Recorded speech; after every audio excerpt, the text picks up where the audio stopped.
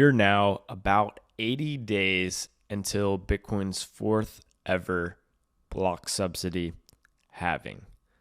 And I think an important concept to understand in regards to the halvings is that most of the Bitcoin supply simply doesn't move. We've seen the stats posted about how 70% of all Bitcoin have not moved in the last year. But I think that that's, obviously accurate, as the chain data is accurate and immutable. But I think it's most likely significantly underestimating the number of coins that are completely locked up and have no intention of really being sold at any price remotely near 42,000. I think when you think about the price of Bitcoin, you have to understand that the price of Bitcoin is set by the marginal buyer and the marginal seller. And the price of Bitcoin is likely hundreds, or the price of most Bitcoin is likely hundreds of thousands or millions of dollars per coin. Most coins will not be sold at 42,000. My coins will not be sold at 42,000. Your coins may not be sold at 42,000. Most people out there are not willing to accept $42,000 for their Bitcoin. But I think this marginal seller is effectively all coins that are currently held by weak hands on the market. You've seen the stats of 1.9 million Bitcoin are held on exchanges right now. Grayscale coins, a large portion of those, or a decent portion of those, may be held by weak hands. And then the third segment of weak hands would be miners who are forced to sell to cover their operating expenses.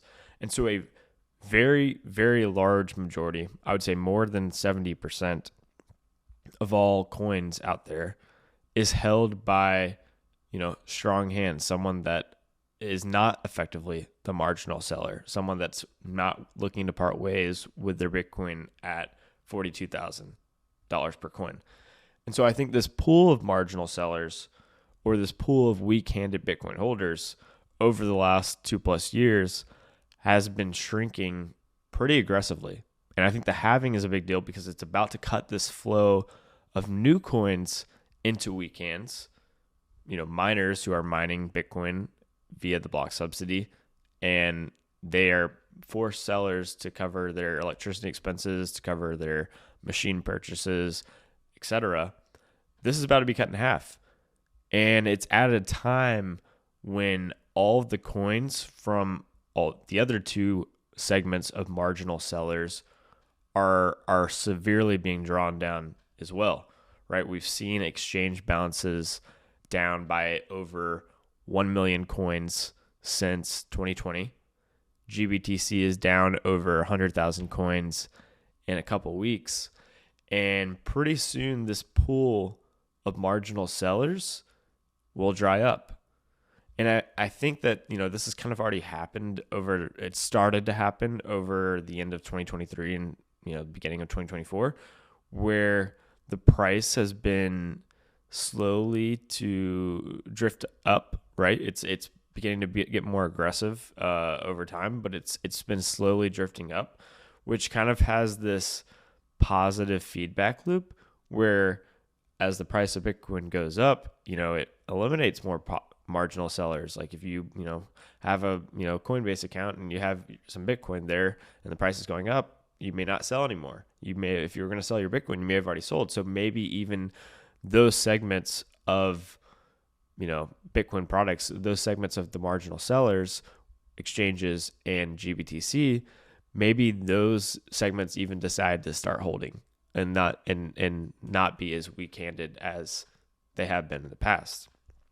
And so it kind of becomes this really positive feedback loop where all of a sudden, as the price starts moving up, this shrinking pool of marginal sellers gets smaller and smaller and smaller until Bitcoin is just going on a exponential price trend, which ultimately would just lead to, the price going up 5x, 10x, 20x.